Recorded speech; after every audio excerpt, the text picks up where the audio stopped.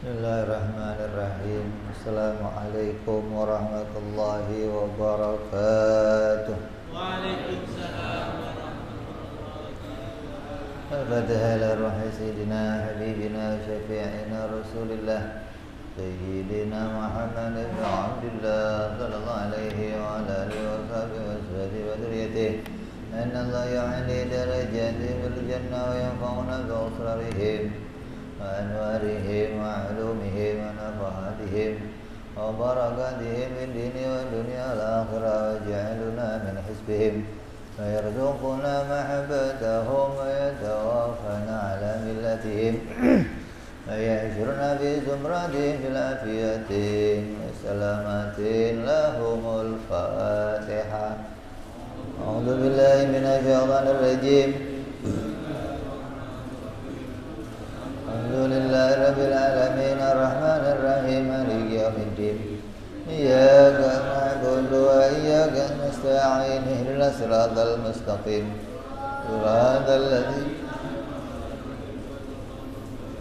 waladdallin Amin Bismillahirrahmanirrahim Nawaitu ta'alluma wa ta'lima وتذكرا وتذكيرا والنفعا والانتفاعا والإفادة والاستفادة على تمسك بكتاب الله وسنة رسول الله صلى الله عليه وسلم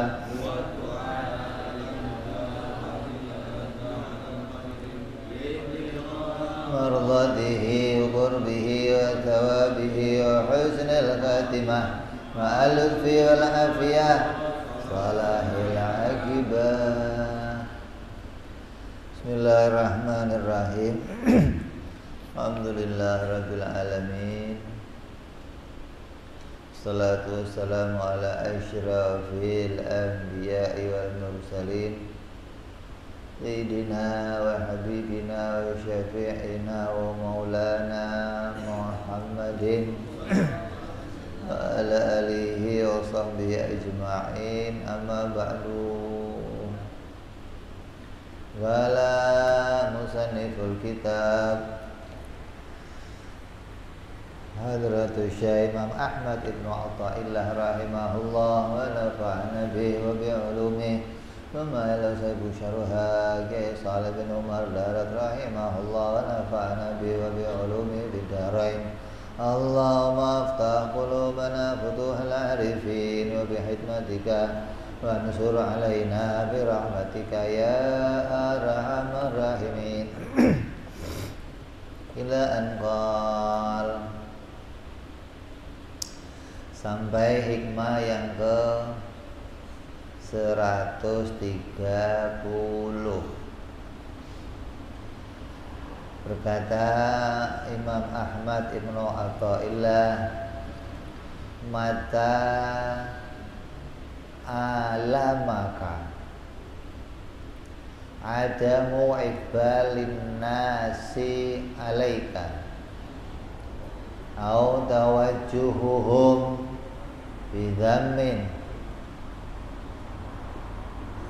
ilaika farji' ila ilmillahi fika fa in kana la yukhni'uka ilmuhu wa musibatuka bi adami qana'atika bi ilmihi asyaddu min musibatika bi wujudil adha minhum. Artinya ketika engkau merasa sakit hati, kecewa lantaran tidak disambut baik oleh manusia atau mendapatkan cacian dari mereka, maka kembalilah kepada ilmunya Allah tentang dirimu. Jika pengetahuannya juga tidak membuatmu puas, maka musibahmu lantaran tidak puas dengan pengetahuan Allah itu lebih berbahaya dari musibahmu disakiti oleh manusia. Ini makna terjemahnya. Apa pengertiannya?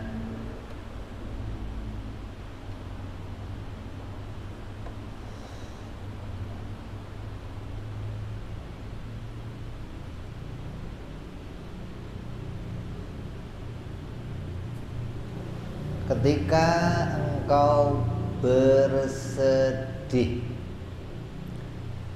karena tidak mendapatkan sambutan dari masyarakat, manusia enggak menyambutmu, manusia enggak melirikmu, manusia tidak menyukaimu dengan baik, atau bahkan mereka mencelamu, menyakitimu, maka seharusnya engkau kembali kepada Allah Subhanahu wa ta'ala. Maksudnya semestinya yang terpenting bagi seorang hamba adalah bagaimana pandangan Allah pada dirinya, bukan pandangan manusia. Dan seharusnya seorang hamba tidak gembira kecuali menyaksikan bahwa Allah memandangnya dengan pandangan kasih sayang, dan dia akan sangat bersedih apabila dirinya tidak dipandang oleh Allah dengan pandangan kasih sayang. Tapi terkadang nggak demikian. Manusia lebih memilih dipandang oleh masyarakat daripada dipandang oleh Allah.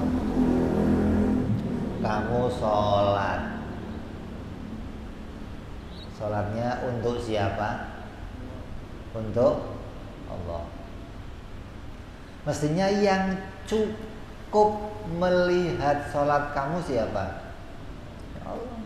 Karena tujuannya oleh Allah, untuk Allah, maka ketika sholat kamu itu dipandang oleh Allah, dilihat oleh Allah, diketahui oleh Allah, seharusnya kamu merasa cukup dan bahagia.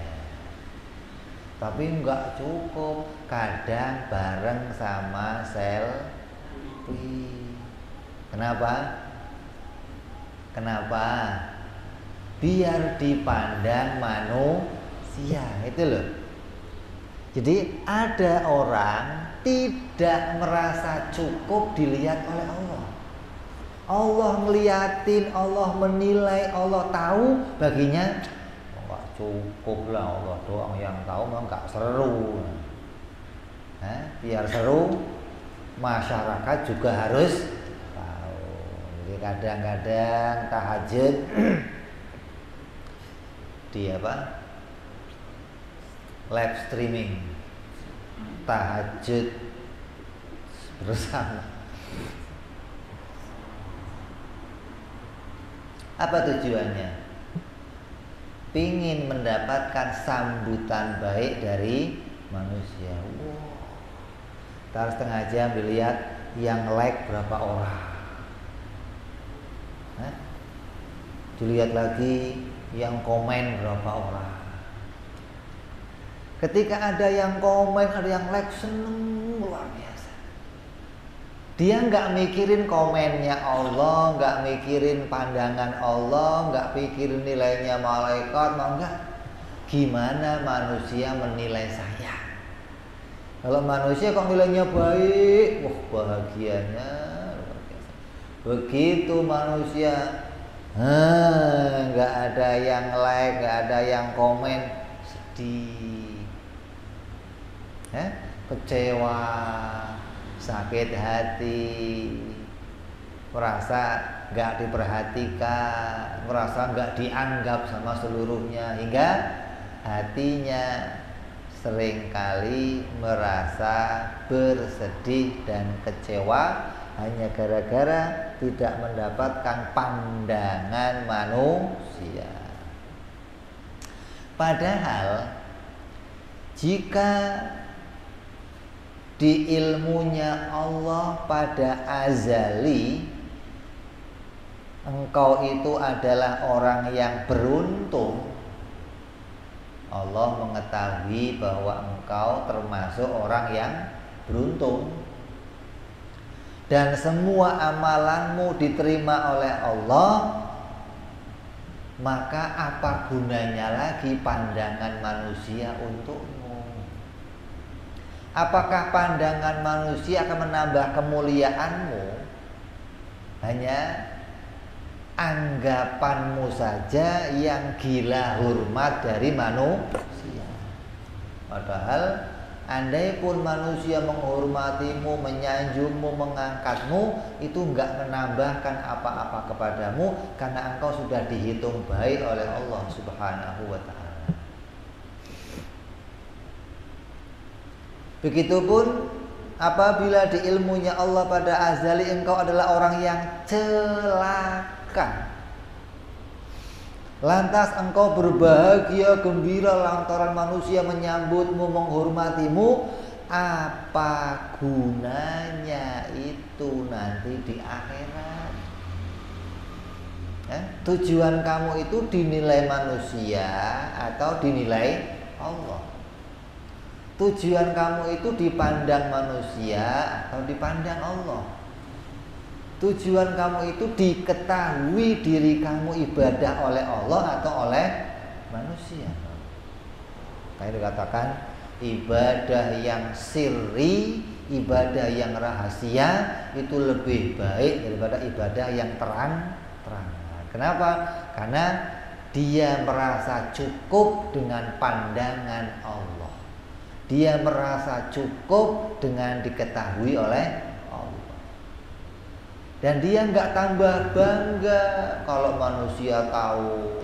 Dan dia pula nggak bersedih ketika manusia mencacinya, manusia mengolok-olok, manusia merendahkan.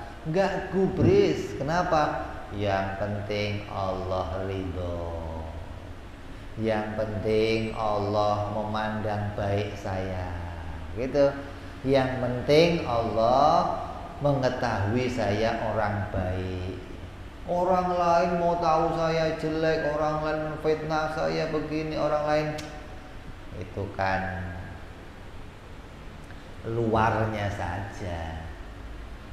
Hakikatnya yang penting saya diridhoi oleh Allah. Ini berat.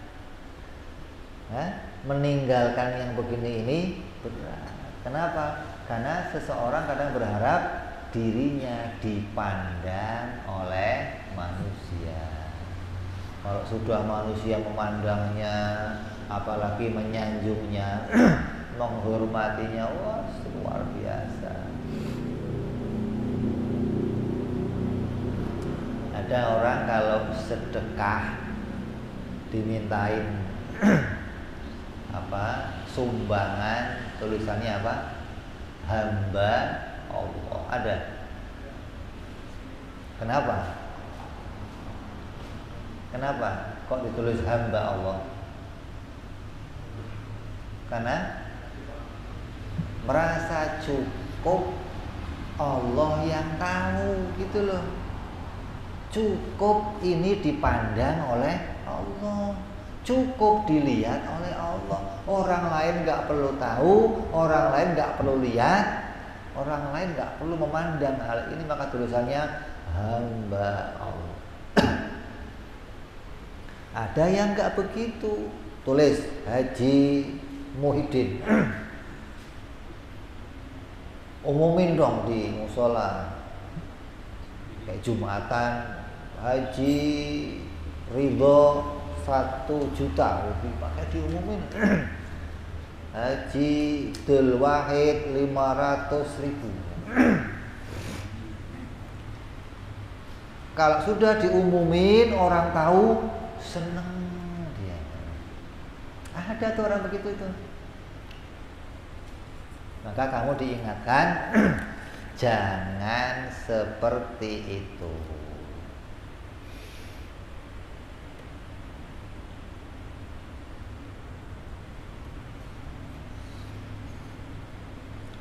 Terus apa tandanya?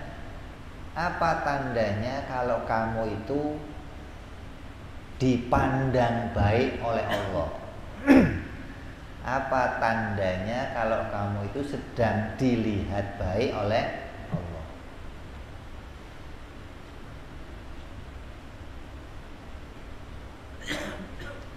Maka tandanya adalah ketika engkau mendapati diri kamu sedang dijalankan Allah di dalam ibadah. Kalau kamu kok bisa ngelakuin aktivitas ibadah, maka yakinlah kamu sedang dalam pandangan baiknya Allah. Kamu sedang diketahui Allah menjadi orang yang baik. Kamu sedang dalam keridhaan Allah. Ridho Allah itu yang bagaimana? Allah ridho kepada hambanya. Yang bagaimana itu? Ada kan hamba ridho kepada Tuhannya.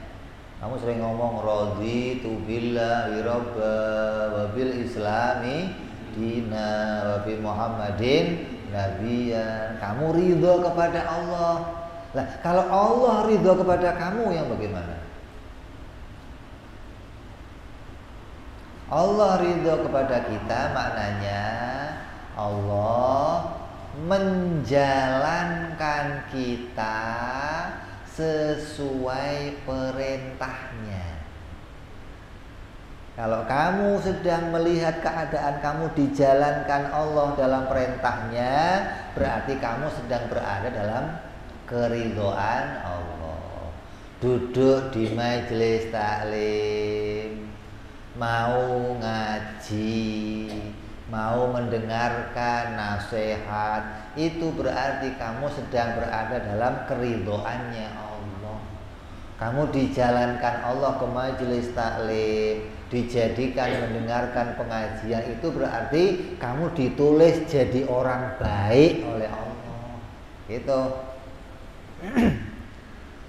Dijalankan mau puasa, dijalankan mau hadir maulid, dijalankan mau hadir ke pengajian, tabligh akbar, berarti kamu sedang dijalankan dalam kebaikan, atau kamu sedang berada dalam keridhaan Allah.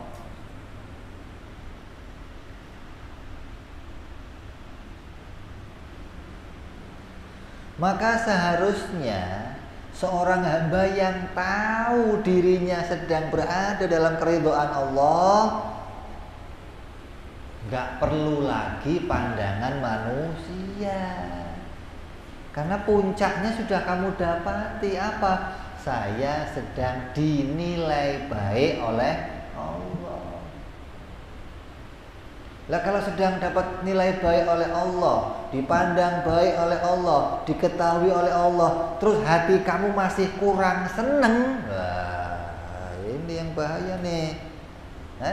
Kurang bombong, kurang bahagia, hanya gara-gara manusia nggak memandang kamu, apalagi gara-gara manusia mencaci kamu, menodai kamu, hina kamu. Ini keadaan kamu sungguh berbahaya. Kenapa? Jika engkau tidak merasa cukup dengan ilmunya Allah terhadapmu, maka engkau akan mendapat musibah yang lebih besar dan lebih berbahaya dari celaan manusia kepadamu.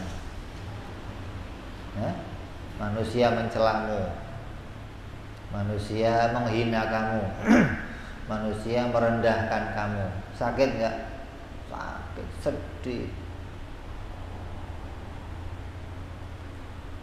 Tapi ketika kamu mendapati bahwa kamu nggak bahagia karena kamu dijadikan taat oleh Allah, dipandang baik oleh Allah, diridhoi Allah, kamu nggak seneng karena caciannya manusia tadi, maka inilah seburuk-buruk cobaan dan maksiat yang kamu lakukan. Karena engkau tidak menerima ilmunya Allah, nggak menerima keridhaan Allah, sebab engkau lebih suka dipuji manusia dan mengharapkan sanjungan manusia. Maka kesedihanmu, cacian masyarakat kepadamu, hinaan orang kepadamu itu masih ringan dibandingkan tidak puasnya kamu kepada keridhaan Allah. Kenapa? Karena enggak puasnya kamu pada keridhaan Allah berdampak sampai ke akhirat. Coba. Kalau enggak senengnya kamu dicaci manusia, paling hanya sakit hati. Dilempar pakai botol paling benjol. Setelah itu selesai. Tapi kalau kamu nggak seneng, nggak merasa cukup dengan keridhaan Allah, kamu bermasalah sampai ke akhirat. Ini yang perlu kita hati-hati tuh. Maka seorang hamba seharusnya jangan memandang kepada penilaian makhluk seperti pujian, perhatian, jangan memandang itu. Dan juga jangan takut kepada cacian, kebencian, hinaan. Maka jangan mengharapkan hal itu, jangan takut pada hal itu. Kenapa? Karena apabila sesuatu itu membuat kamu bahagia atau bersedih, maka kamu janganlah menjadi orang yang demikian. Kamu sedang berada pada keadaan yang berpenyakit berat. Karena sungguhnya makhluk itu tidak bisa memberi manfaat apapun kepadamu. Kembali nih, apa sih yang kamu harapkan dipandang manusia? Apa sih yang kamu harapkan dipuji manusia? Sedangkan manusia nggak bisa ngasih manfaat apapun kepadamu. Manusia nggak bisa ngasih maldorot apapun kepadamu, nggak bisa menjadikan kamu apes dan nggak bisa menjadikan kamu beruntung. Kenapa? Karena manusia seluruhnya la haula wala quwata illa billah. Kalau kamu sudah tahu itu, maka seharusnya kamu tidak demikian. Jadi kembali, kalau kamu mengharapkan manfaat dari makhluk, pujian makhluk, takut pada cacian makhluk, hinaan makhluk, maka kembalilah, sungguhnya makhluk itu nggak bisa memberikan manfaat dan nggak bisa memberikan madorot,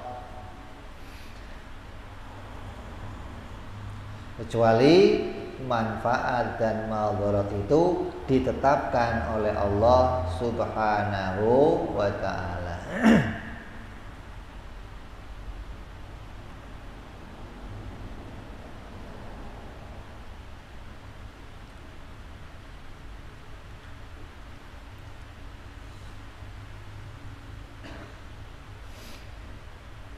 Jadi apabila seorang itu bersedih karena tidak mendapat perhatian manusia, bahkan dia bersedih karena dicaci oleh manusia, maka segeralah kamu kembali kepada Allah tanyakan kepada diri kamu, apakah saya sedang dalam keridhaan Allah atau keluar dari keridhaan Allah. Kalau kamu sedang berada dalam keridhaannya Allah, maka cukuplah dan merasalah bahagia, dan kamu termasuk orang-orang yang beruntung. Tapi sebaliknya, kalau kamu dapati diri kamu sedang pada jalan yang tidak diridhoi Allah, bahaya nih. Maka segeralah kamu kembali kepada Allah. Nah, yang aneh lagi, ada orang sedang berada dalam jalan diridhoi Allah, tapi nggak gembira. Coba, aneh ya? Diridhoi Allah, disukai Allah, nggak gembira. Hanya gara-gara tidak mendapatkan pandangan manusia. Coba, dia nggak gembira karena manusia nggak ikut memandangnya. Dia nggak gembira karena merasa manusia nggak memperhatikannya.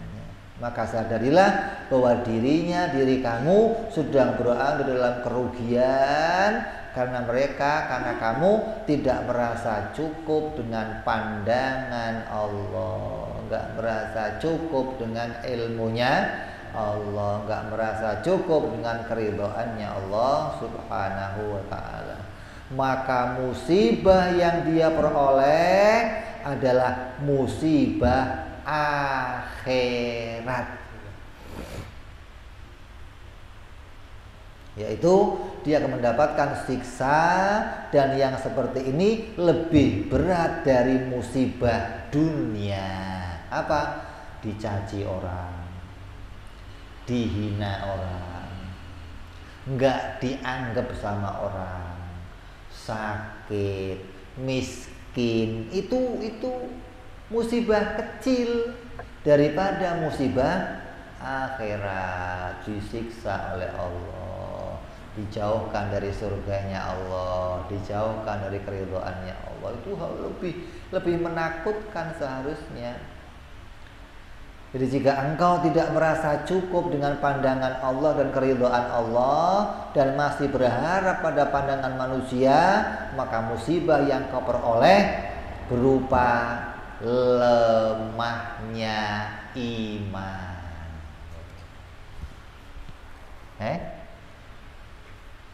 Dibikin sholat, dibikin puasa, bisa tahajud, bisa duha, bisa sedekah.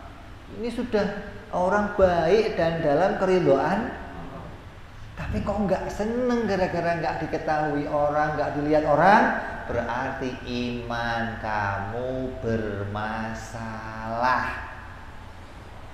Apa masalahnya? Lemah syahwat, bukan, lemah iman, hingga kamu tidak menganggap keridhaan Allah itu membahagiakan, nggak menganggap ilmunya Allah itu membahagiakan, nggak menganggap pandangan Allah itu menggembirakan. Tapi kalau ada orang yang like, komen, bahagianya ya Allah, asal tiap sejam dilihat lagi, nambah 2 yang like, 2 jam lagi, nambah 5 sekarang. Komen, tolong dong di share biar tambah banyak yang like. Ya Allah, penyakit kamu lemah iman.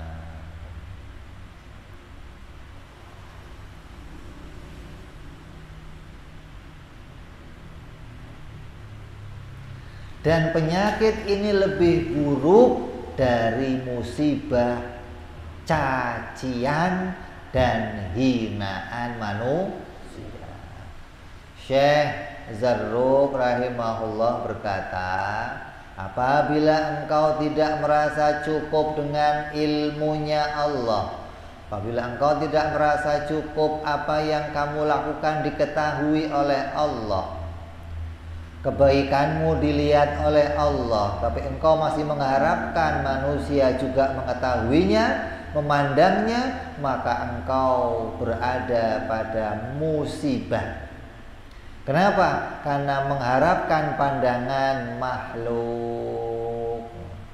Maka Allah akan melepaskan segala urusanmu kepada makhluk dan engkau sedang dalam musibah besar. Allah itu gak mau dimadu. Istri kamu mau? Enggak juga. Hah? Kalau dikasih madu mau? Allah itu pencemburu, nggak mau diduakan. Ntar cemburu nggak ngerti lagi. Makanya Allah nggak ridho. Allah itu nggak mau dibanding-bandingin. Yang nggak ada bandingannya hanya Allah. Kalau banding-banding yang di TV itu jangan salah itu. Itu mestinya banding-bandingnya hanya kepada, nggak ada bandingannya, dan Allah nggak mau dibandingkan. Kalau kamu ibadah mengharapkan pandangan manusia, sama Allah dilepas, ambil buat manusia sekalian. Allah nggak ngasih apa-apa kepada kamu. Allah nggak mau satu amal dibandingkan. Oh, agar Allah meridhoi manusia juga. Oh, Allah nggak mau.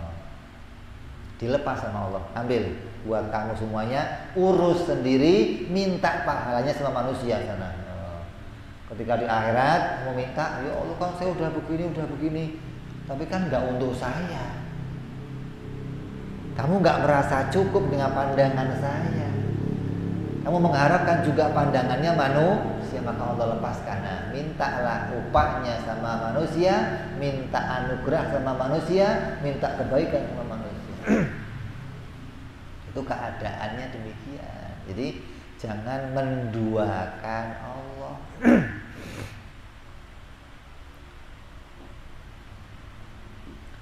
Maka orang yang tidak merasa cukup dengan ilmunya Allah akan mendapatkan 3 hal. Hati-hati nih. Seseorang yang tidak merasa cukup dengan dipandang Allah, tidak merasa cukup dengan keridhaan Allah, akan mendapatkan 3 hal. Yang pertama, akan selalu menjadi orang yang riya. Kalau beramal sepi, malas. Pak, ini ada yang ngeliatin,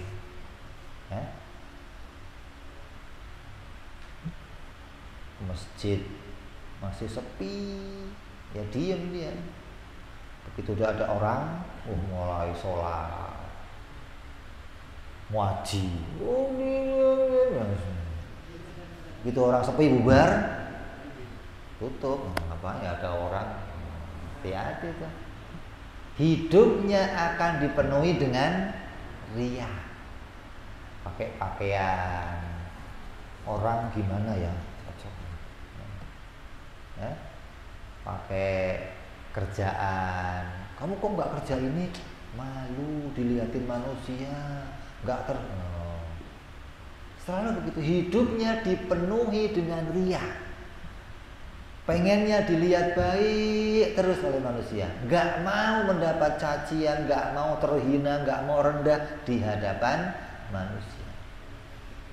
Itu alamat orang itu tidak merasa cukup dengan keridhaan Allah.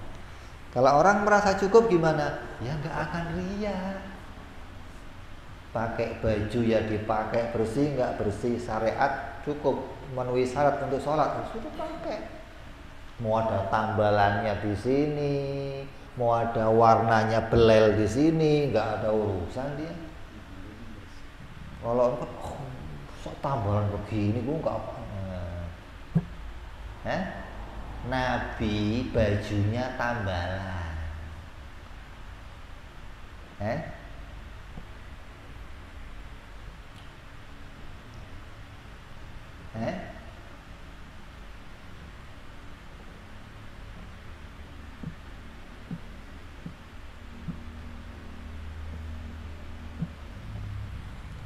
Jadi orang yang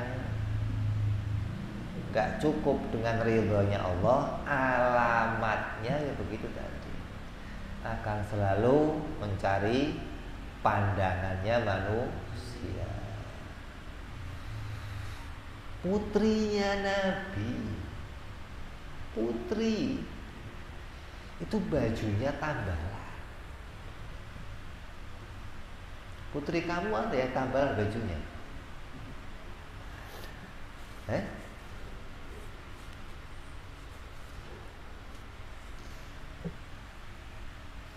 Jadi diingatkan kita di sini jangan merasa tidak senang dengan keridhaan Allah.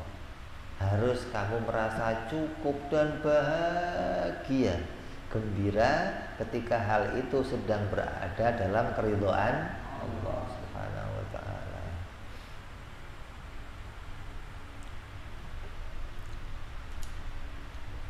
Yang kedua, akan selalu bersusah payah untuk mendapatkan perhatian manusia.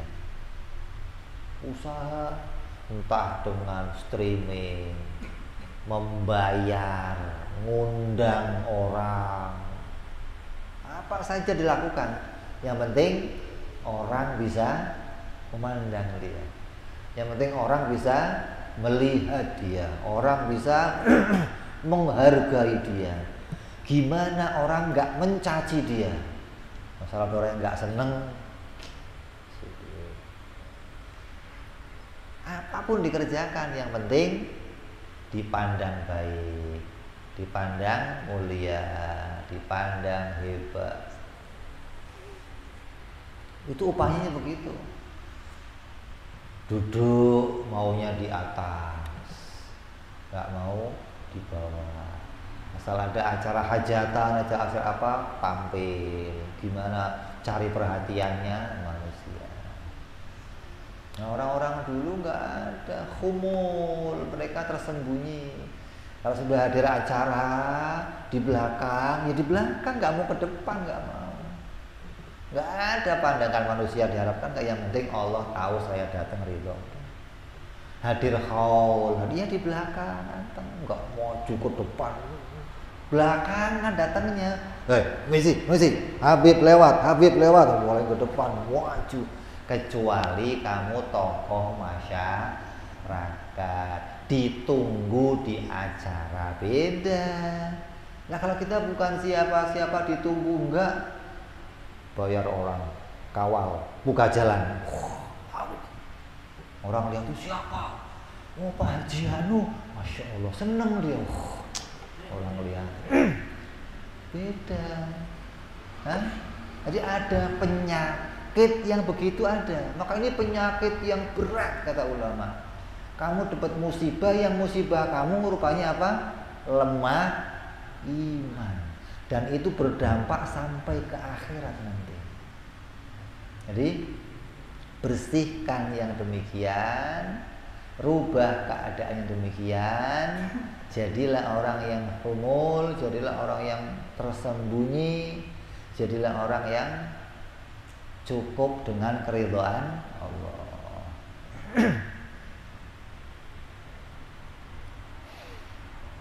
Terus yang berapa tadi?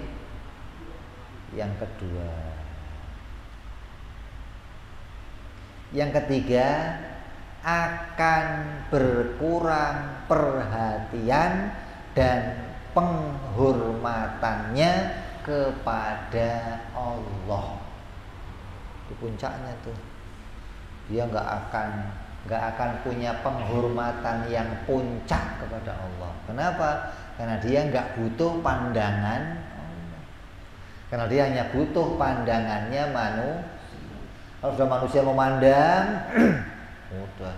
Mau itu diridhoi Allah, nggak diridhoi Allah, nggak butuh. Ini yang jadi bahayanya, hingga dia tidak lagi menjadi orang yang punya fokus, punya tujuan mendapat keridhaan Allah. Tapi fokusnya mendapat keridhaan dan pandangan manusia. Hal demikian artinya menghilangkan penghormatannya kepada Allah. Allah disingkirkan, Allah nggak dianggap, Allah nggak diutamakan. Ini pasti terjadi kepada orang-orang yang dalam hatinya tidak mengharap tidak cukup hanya dengan keridhaan Allah Subhanahu wa ta'ala. Dan tandanya orang yang merasa cukup dengan ilmunya Allah dan pandangan Allah. Apa tandanya? Orang yang merasa cukup dengan keridhaan Allah.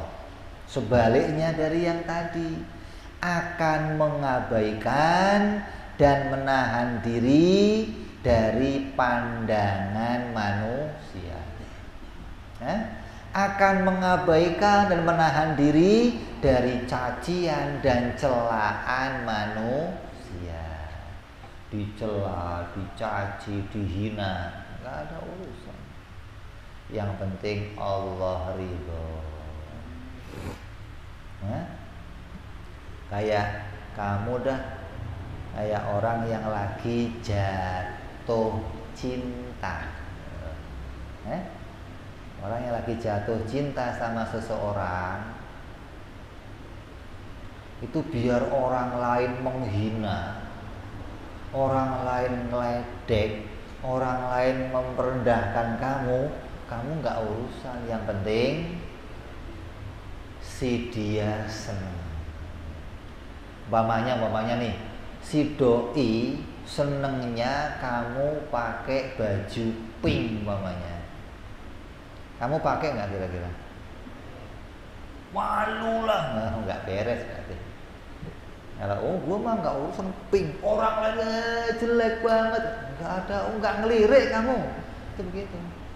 Orang yang merasa cukup dengan keridhaan Allah, ketika sudah pakai baju yang Allah ridho, ibadah yang Allah ridho, mau orang lain mencaci, orang lain menghina, nggak ada urusan.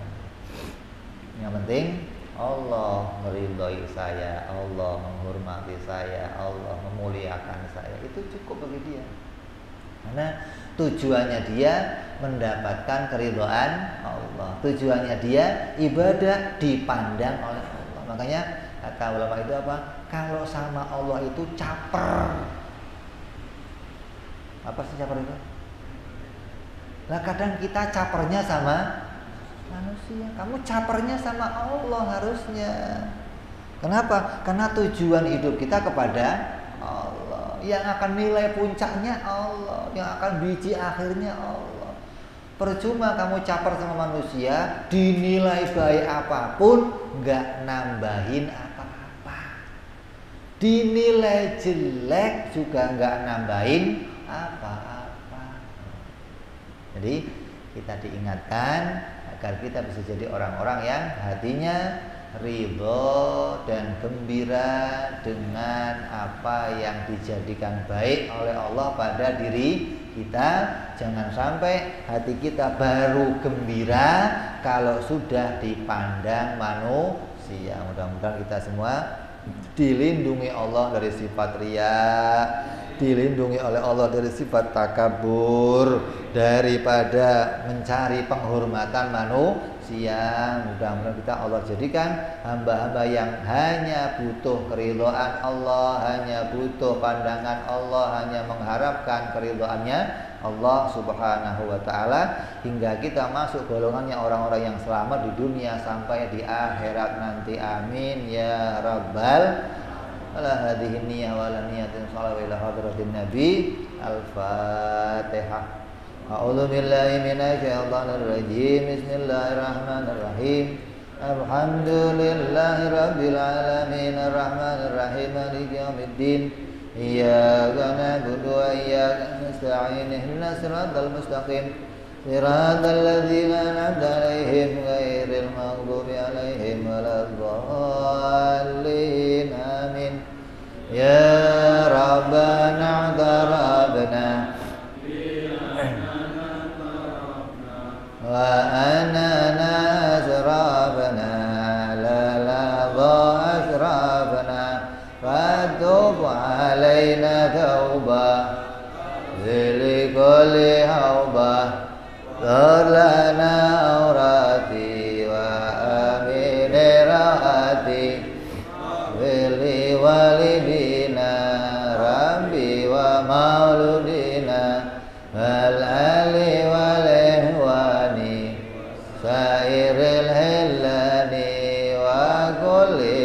محبة أو جيرة أو صحبة والمسلمين أجمع آمين ربي اسمع فضلا وجودا منان لا باكتساب منا بالمصطفى رسولنا ضابي بكل سولي صلى وسلم ربي عليه عند الحب وآله وصحبه عدد طاسي صحبي والحمد لله بالبدء والتناهي سبحان ربك رب العزة عما يصفون سلام على المرسلين والحمد لله رب العالمين. Assalamualaikum warahmatullahi wabarakatuh.